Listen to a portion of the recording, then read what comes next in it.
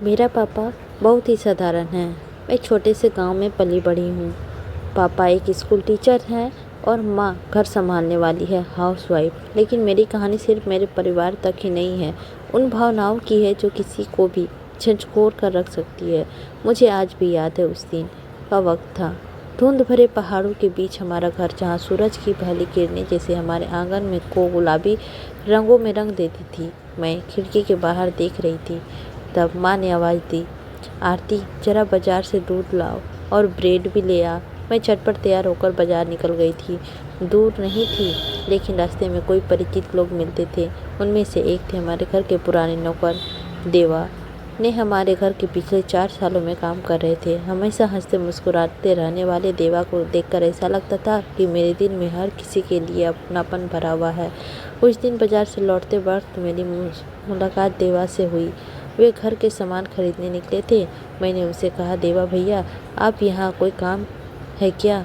उन्होंने कहा, हाँ बिटिया, तुम्हारी माँ ने मुझे कुछ सामान मंगवाया है। उनकी यह सादगी मुझे हमेशा अच्छी लगती थी, लेकिन उस दिन की छोटी सी बातचीत आने वाले दिनों में मेरे जीवन का एक अलग ही मोड़ देने वाली थी।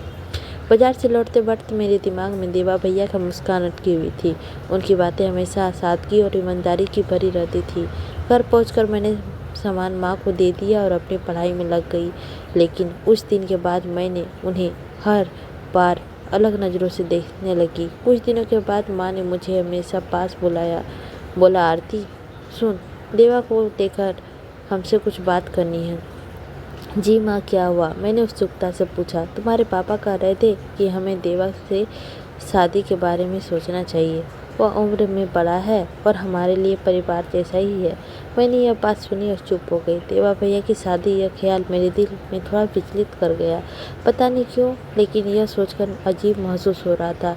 शाम को जब देवा भैया घर आए तो ऐसा लगा उन्हें ध्यान में देखा और हमेशा की तरह अपने कामों में व्यस्त थे। माँ ने उनसे पूछा, देवा, तुम्हारी शादी के बारे में क्या ख्याल है? वे थोड़ा सकपका गए और बोले, मालकिन, मेरे पास अब तक ऐसा कोई ख्याल नहीं है, बस आपकी सेवा करता रहा हूँ। उनकी यह बात सुन के माँ मुस्कुराई। मैंने उनके चेहरे देखकर कुछ गहरी चिंता देखी। उस रात भी मैंने सोचा, क्या यह सिर्फ मेरे मन का भ्रम था या उनके प्रति मेरे मन का कुछ अलग भावनाएं पनप रही थी। अगली सुबह मैं आंगन में बैठी थी। देवा भैया एक किताब लेकर आए। आरती बिटिया, ये तुम्हारे लिए है, उन्होंने कहा। मेरे लिए? यह क्यों? मैं हैरानी से पूछा। तुम्हें पढ़ने का बहुत शौक है ना, इसीलिए सोचा कि तुम्हें दे दूं। किताब का नाम है अनसुने ख्वाबों। उस किताबों से मानो मेरे दिल को किसी कोने को छू लिया था। मैंने किताब को पकड़ा और उनकी ओर देखा। आंखों में गहराई थी, जैसे कि वे कुछ कहना चाहते हो लेकिन कह नहीं पाए। उस दिन से अनसुनी ख्वाबें मेरे लिए सिर्फ एक किताब नहीं रही, बल्कि मेरी ज़िंदगी का आईना बन गई। हर एक पन्ने के शब्द जैसे मेरी भावनाओं को झकझोर रहे थे। किताबें में एक ऐसे किरदार की कहानी थी जो अपने भीतर अनकहे आसमान छिपाए हुए था और वह अपने सच को कभी दुनिया में रूबरू नहीं कर पाया। किताब पढ़ते पढ़ते मैं खुद को उसमें खोने लगी थी, लेकिन देवा भैया ने यह तोहफा मुझे असमंजस में डाल रहा था। क्या उन्होंने इस महज मेरी रुचि के लिए दिया था या उसके पीछे और भी कारण था? उसके सवालों से जूझ रही थी। कुछ महीने बाद माँ ने, आरती, आज पापा के साथ देवा को बाजार भेजकर कुछ सामान लाना है। हाँ माँ। जब मैंने देवा भैया से कहा तो वह हमेशा की तरह मुस्कुराकर बाजार चलने के लिए कोई दिक्कत नहीं की। लेकिन क्या तुम मेरे साथ चलोगी? मैं, लेकिन क्यों? मैंने चौंक कर पूछा। बस ऐसे ही, तुम्हारे साथ बातें करना अच्छा लगता है, उन्होंने सहजता से कहा। मैंने हामी भर दी। बाजार आने का बहाना मेरे पास था, लेकिन असल में मैंने जानना चाहती थी कि उसके दिल में मेरे लिए क्या है। रास्ते उन्होंने मुझे पढ़ाई, मेरे सपने और मेरे जीवन को लेकर सारी बातें पूछी। तुम इतनी मेहनत करती हो, तुम्हारा सपना क्या है? तुम लेखक बनना चाहती हो, अपनी कहानियों के जरिए लोगों के दिल तक पहुंचाना चाहती है। मैंने झिझक के कहा, यह कुछ बहुत अच्छा सपना है और मैं जानता हूँ कि इसे पूरा करोगी तुम, उन्होंने पूरे विश्वास के साथ कहा। उनकी बातें सुन के मेरा दिल थोड़ा धड़कने लगा। कोई व्यक्ति इतना सच्चा और निश्चल कैसे हो सकता है? बाजार से लौटते समय अचानक बारिश शुरू हो गई। हमारे पास छतरी नहीं थी और आसपास कोई भी ठिकाना नहीं था। जिसमें हम दोनों भीगे पार वहाँ पेड़ों के नीचे चलते हैं। मैंने हम दोनों को तोड़कर एक पुराने पेड़ के नीचे पहुँच गए। बारिश की बूंदें जैसी हमारी हंसी में खोल ही गई थी। मेरी आंखें देख रही थी और फिर मैं और उस पल के समय जैसे थम गया था। देवा भैया ने, क्या मुझसे कुछ पूछ सकती हूँ? पूछो, शादी क्यों नहीं करना चाहते हो? क्या आपको किसी से प्यार हो गया है? उसके चेहरे में एक पल के लिए गंभीरता छा गई। प्यार किसी से भी हो सकता है, लेकिन मैं अपने हालात से वजह से कबूल नहीं कर पा रहा हूँ। कैसी हालत? मेरी हैरानी से पूछा। कुछ कहने वाले थे, लेकिन तभी बारिश थम गई। उन्होंने बात बदल दी और कहा, चलो अब चलते हैं, घर पर देर हो रही है। मुझे समझा रहा था कि उसके दिल में कुछ ऐसा छुपा हुआ है। वे कहने से डरते थे और मैं भी अपने अंदर बढ़ते हुए अनजाने एहसास को दबाने की कोशिश कर रही थी। बारिश के बाद शाम जैसे कुछ गहरी होती जा रही थी। घर लौटने के बाद देवा भैया ने कई बातें मेरे कानों में गूंज रही थी। उनके शब्दों में कुछ ऐसा था जो मेरे मन में बेचैनी पैदा कर रहा था। मैंने महसूस किया कि उनके भीतर कोई ऐसा दर्द छिपा हुआ है जिसे वे किसी के साथ बांट नहीं पा रहे हैं। उस रात मैंने माँ से पूछने की हिम्मत जुटाई, माँ क्या आपको पता है देवा कभी अपने परिवार के बारे में क्यों नहीं कुछ बताते हैं?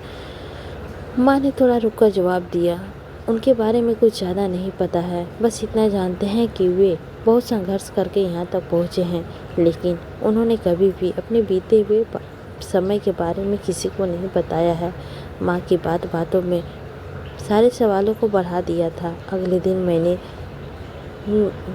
देवा के अतीत के बारे में बात करने की कोशिश करूँगी। सुबह का समय था। देवा आंगन में झाड़ू लगा रहा था। मैंने धीरे धीरे उनके पास जाकर कहा, देवा भैया, क्या मैं आपसे कुछ पूछ सकती हूँ? उन्होंने मुस्कुराकर कहा, तुमने पूछने की क्या ज़रूरत है बिटिया, जो भी जानना है खोल के पूछो। आपने कभी अपने परिवार के बारे में कुछ क्यों नहीं बताया? आप कहाँ से हैं? आपके अपने कौन कौन हैं? उन्होंने कुछ पल के लिए आसमान की ओर देखा, जैसे अपने विचारों को समेट रहे हो। फिर बोले, मेरी ज़िंदगी बहुत साधारण है और मेरा बचपन बहुत कठिन था। मेरे माता पिता बहुत जल्दी ही इस दुनिया को छोड़कर चले गए थे। मेरा कोई सहारा न था। गांव में कुछ लोग ने मदद की, लेकिन मैं वहां ज़्यादा दिन टिक नहीं पाया। तब मैं यहाँ आकर छोटे मोटे काम करने शुरू किए। उन तुम्हारे घर के लोग के लिए परिवार जैसे हैं। यही मेरी दुनिया है। उनकी बातों में मेरा दिल छू लिया। उनका संघर्ष और सादगी मुझे और गहराई से उनके करीब ले जा रहे थे। दिन बीतते गए। अब मेरी और देवा भैया की बातचीत पहले से ज़्यादा होने लगी थी। कभी कभी मैं उन्हें किताबें पढ़ने के लिए देती, वे खुशी खुशी उन्हें पढ़ते। एक दिन उन्होंने मुझसे कहा, तुम्हारी कहानियाँ बहुत गहरी होती है, तुम अपनी किताबें क्यों नहीं लिखती? किताबें लिखना इतना आसान नहीं होता है देवा भैया, इसके लिए बहुत हिम्मत चाहिए। हिम्मत तो तुम ही में ही है। मैंने तुम्हें हर मुश्किल का सामना करते हुए देखा है। तुम अगर चाहो तो कुछ भी कर सकती हो। उनकी बातों में मेरे भीतर आत्मविश्वास जगाया, लेकिन अब मेरे मन में एक और बात घर कर गई थी। क्या यह रिश्ता एक दोस्ती से कहीं ज़्यादा बनता जा रहा था? सही था। क्या यह बस मेरा भ्रम था या मैं एक सच में उसकी तरफ खींच रही थी? कुछ दिन तक बीत गए। माँ अब देवा भैया की शादी की बात को गंभीरता से लेना शुरू कर दिया था। अक्सर वे कहता, देवा तुम्हारे लिए कोई अच्छी लड़की ढूंढना पड़ेगा। तुमने इस घर के लिए बहुत कुछ किया है, लेकिन अब तुम्हें अपनी ज़िंदगी को संवारना चाहिए। देवा भैया बस मुस्कुरा देते। उन्हें जवाब हमेशा एक ही रहता, मालकिन मेरी ज़िंदगी तो इसी घर में है और इसी घर की सेवा करते करते गुजर जाएगी। माँ की बातें सुन के मन में बेचैन हो उठता। मुझे खुद समझ नहीं आ रहा था कि इस विषय में इतना क्यों सोच रही हूँ। क्या मैं देवा भैया को अपने जीवन का हिस्सा मानने लगी थी या बस मेरी भावनाओं वो खेल था? उस दिन सुबह से ही घर में हलचल थी। माँ ने मुझे बुलाया और कहा, आज घर पे मेहमान आ रहे हैं, थोड़ा ध्यान रखना। कौन कौन आ रहे हैं? माँ, तुम्हारे पापा कुछ पुराने दोस्त हैं, उनकी बेटी की शादी होने वाली है। उन्होंने देवा के भी बुलाने को लिए कहा। माँ की यह बात सुनते ही मेरा दिल धड़कने लगा। क्या देवा भैया को किसी लड़की वाले देखने के लिए आ रहे हैं? वो शाम को जब मेहमान आए तो उनके साथ एक खूबसूरत लड़की भी थी। उनका नाम स्नेहा था। स्नेहा बहुत मिलनसार और हंसमुख थी। जैसे ही वह देवा भैया से मिली, उससे मुस्कुराते हुए कहा, आप तो बहुत मशहूर है इस घर में, मैंने आपके बारे में बहुत कुछ सुना है। देवा हमेशा संकोच में ही कहा है, मैं मशहूर नहीं हूँ, बस आपका काम करता हूँ। उनकी यह बात सुन के स्नेहा हंस पड़ी। उनके बीच बातें होती रही और मैं दूर से यही सब देखती रही। उस रात मैं सो नहीं पाई। स्नेहा और देवा भैया की बातें बार बार हमारे दिमाग में घूम रही थी। कहीं माँ पापा उनकी बातों को नहीं कर रहे हैं? अगर ऐसा हुआ तो क्या मैं उन्हें अपने ही बारे में बता पाऊंगी? मैंने खुद को समझाने की कोशिश की, यह सब हमारा भरम है। देवा भैया सिर्फ एक दोस्त है, उससे ज़्यादा कुछ नहीं। लेकिन मेरे दिल नहीं मान रही थी। अगले दिन मैंने देवा भैया से सीधे पूछने का फैसला लिया। जब वे आंगन में अकेले काम कर रहे थे तो मैं उनके पास गई। देवा भैया, क्या आप स्नेहा को पसंद करते हैं? उन्होंने चौंक कर मेरी ओर देखा। तुम ऐसा क्यों पूछ रही हो?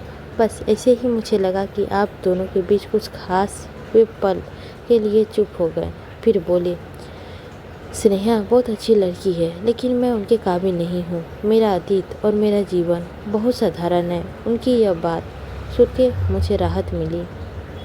अब दुख भी। मैं जानती थी कि देवा खुद को हमेशा दूसरों को कामतर मानते हैं। स्नेहा की मौजूदगी में जैसे घर के माहौल को बदल दिया था। वह सिर्फ मेहमान बनकर नहीं आई थी, बल्कि सबके दिलों में अपनी जगह बना चुकी थी। माँ उसे बहुत पसंद करने लगी थी और पापा भी उसकी तारीफ करते नहीं थकते थे। स्नेहा के चेहरे पर हमेशा मुस्कान रहती थी, लेकिन मेरे लिए वो मुस्कान जैसे एक सवाल बन गई थी। एक दिन माँ ने मुझे किचन में बुलाया और धीरे से कहा, मुझे लगता है स्नेहा देवांश के लिए बिल्कुल सही लड़की है। तुम क्या सोचती है? उनकी यह बात सुन के मेरे हाथ रुक गए। मैंने कुछ नहीं कहा, बस सिर झुका लिया। बोलो ना, तुम्हें क्या लगता है? माँ ने दोबारा पूछा। माँ, यह देवा भैया का फैसला होगा, मैंने किसी तरह खुद को शांत करते हुए कहा। स्नेहा अक्सर देवा भैया से बातें करती और साथ ही साथ रहती। उनकी नज़र मदद भी करने लगी थी, कभी कपड़े तह करने में तो कभी खाना परोसने में। मैं देख रही थी स्नेहा की मौजूदगी में देवा थोड़े सहज हो गए थे। एक दिन जब मैं बालकनी में बैठी थी, मैंने देखा कि स्नेहा और देवा भैया बगीचे में बातें कर रहे हैं। स्नेहा ने हंसते हुए देवा भैया के कंधे पे हल्का सा थपकी दी। यह देखकर मेरा दिल से धड़कना ही भूल गया। क्या मुझे जलन हो रही है? मैंने खुद से पूछा। नहीं, यह सिर्फ एक भ्रम है। मुझे कोई अधिकार नहीं है कि देवा की ज़िंदगी में दखल दूं। उस रात जब मैं सो गए थे तो देवा को आंगन में अकेले बैठा देख उनके चेहरे की गहरी सोच की छाया थी। मैंने हिम्मत जुटाई और उसके पास गई। भैया, आप यहाँ अकेले क्यों बैठे हैं? उन्होंने मुझे हल्की सी मुस्कान दी। बस यूँ ही, ऐसे ही। आप स्नेहा को पसंद करते हैं? मैंने सीधे सीधे पूछ दिया। आरती, यह तुम क्या पूछ रही हो? मैं तो बस जानता हूँ माँ और पापा यही चाहते हैं ना। देवा भैया कुछ पल के लिए चुप हो गए और फिर स्नेहा बहुत अच्छी लड़की है, लेकिन मुझे लगता है कि मेरा अतीत और मेरा जीवन उसके लिए सही नहीं है। वह मुझसे कहीं बेहतर इंसान के लायक है। उनकी बातें सुन के मेरा दिल थोड़ा शांत हुआ, लेकिन मैं जानती थी कि यह सब सिर्फ एक फिजूल का बातें हैं। कितनी कठिन होगी ना। कुछ दिनों बाद एक नई बातें सामने आई। स्नेहा की माँ के साथ बैठकर कहा, आंटी, मैं आपसे एक बात करना चाहता हूँ। हाँ बेटा, बोलो, माँ ने स्नेहा को कहा। देवा जी को पसंद करती हूँ, लेकिन मुझे पता है कि आप मन मुझसे दूर हैं, मगर वे मुझे नहीं चाहते हैं। मैं कुछ नहीं कर सकती माँ। माँ ने हैरानी से पूछा, तुम्हें ऐसा क्यों लगता है? स्नेहा ने धीरे से कहा, क्योंकि उनका दिल कहीं और है। स्नेहा की यह बात सुन के माँ चौंक गई। उन्होंने पूछा, कहीं और का मतलब? तुम कहना क्या चाहती हो? स्नेहा ने मेरी ओर इशारा किया। आरती, यह सब बातें सुनते ही मेरा दिल जोर से धड़कने लगा। स्नेहा की उस बात के घर में एक असहज खामोशी पसर गई। माँ ने अपनी जगह पर बैठकर मुझे एक गहरी नज़रों से देखा। उनका चेहरा सवालों से भरा हुआ था। पापा भी वहीं पास खड़े थे और उनकी आंखों में हल्की चिंता झलक रही थी। मैंने नज़रें झुका ली। मुझे समझ नहीं आ रहा था कि इस स्थिति को मैं कैसे निपटूं। स्नेहा, यह तुम क्या कह रही हो? माँ ने धीरे से पूछा। स्नेहा ने उसकी ओर देखा और कहा, आंटी, मैंने जो महसूस किया है वही कह रही हूँ। मैं जानती हूँ शायद आरती और देवा जी इस स्वीकार ना करें, लेकिन मैं झूठ नहीं बोल सकती। उस रात मैंने कमरा मेरे लिए कैद खाना बन गया। स्नेहा ने जो कहा था वह मेरे मन में बार बार गूंज रहा था।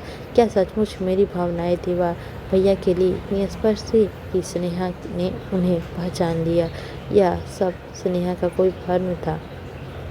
क्या मैं उन्हें पसंद करती हूँ?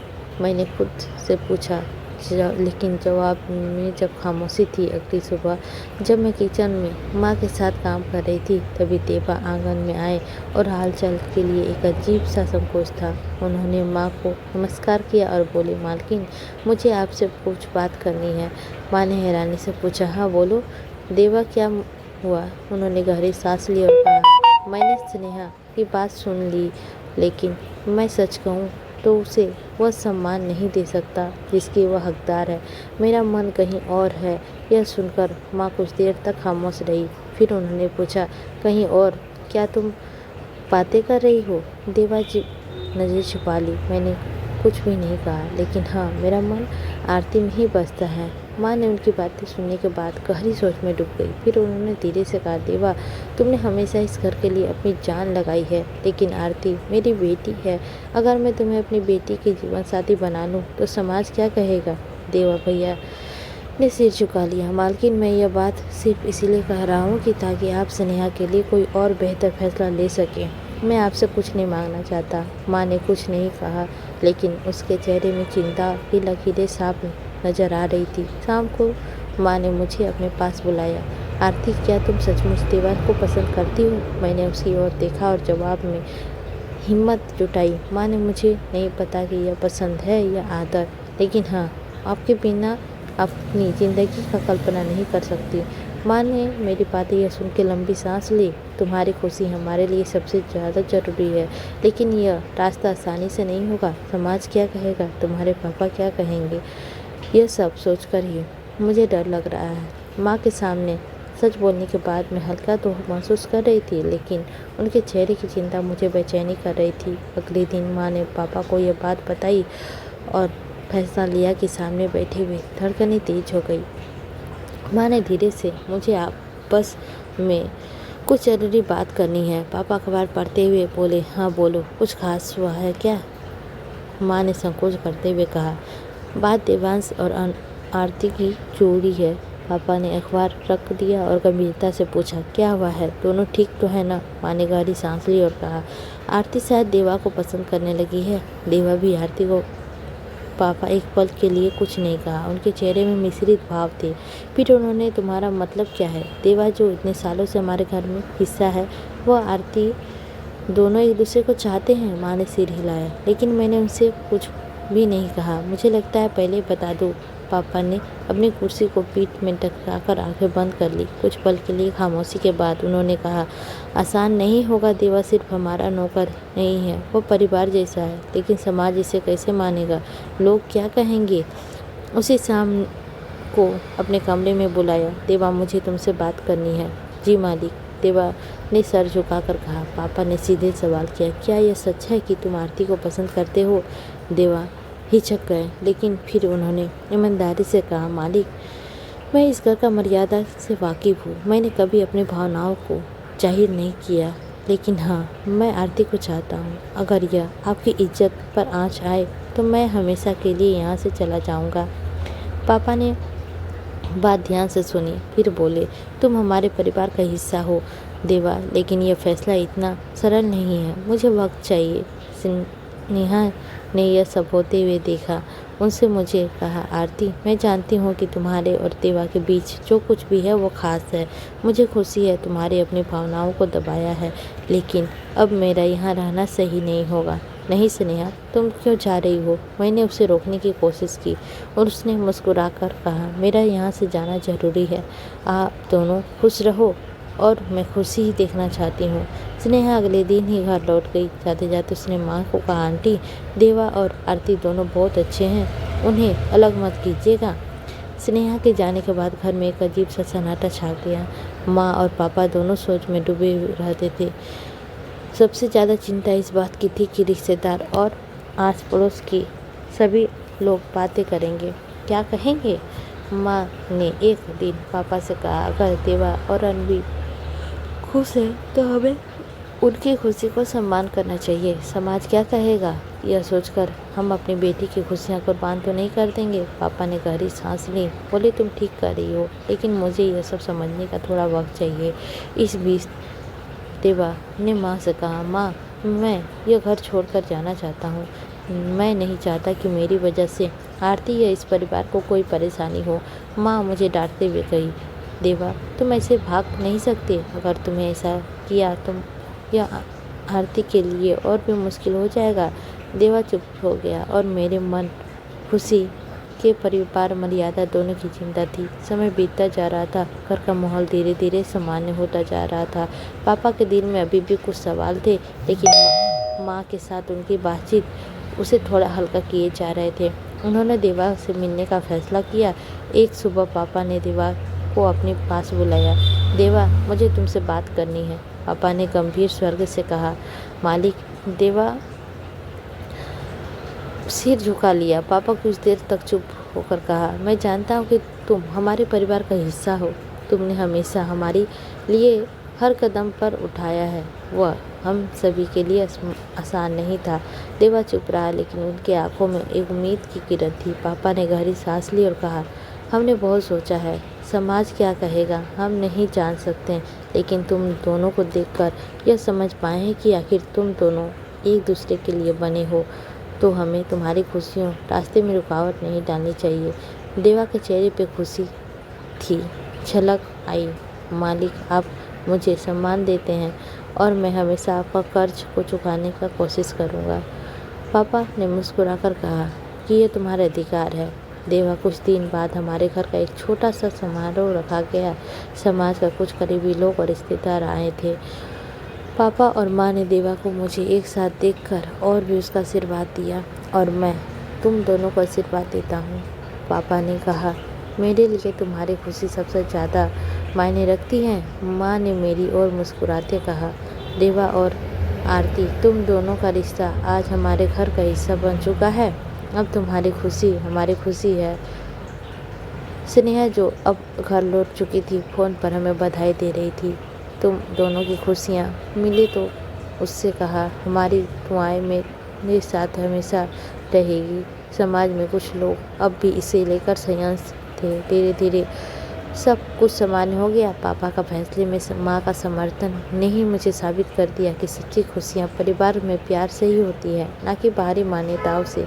हमारी शादी की तारीख तय हो गई।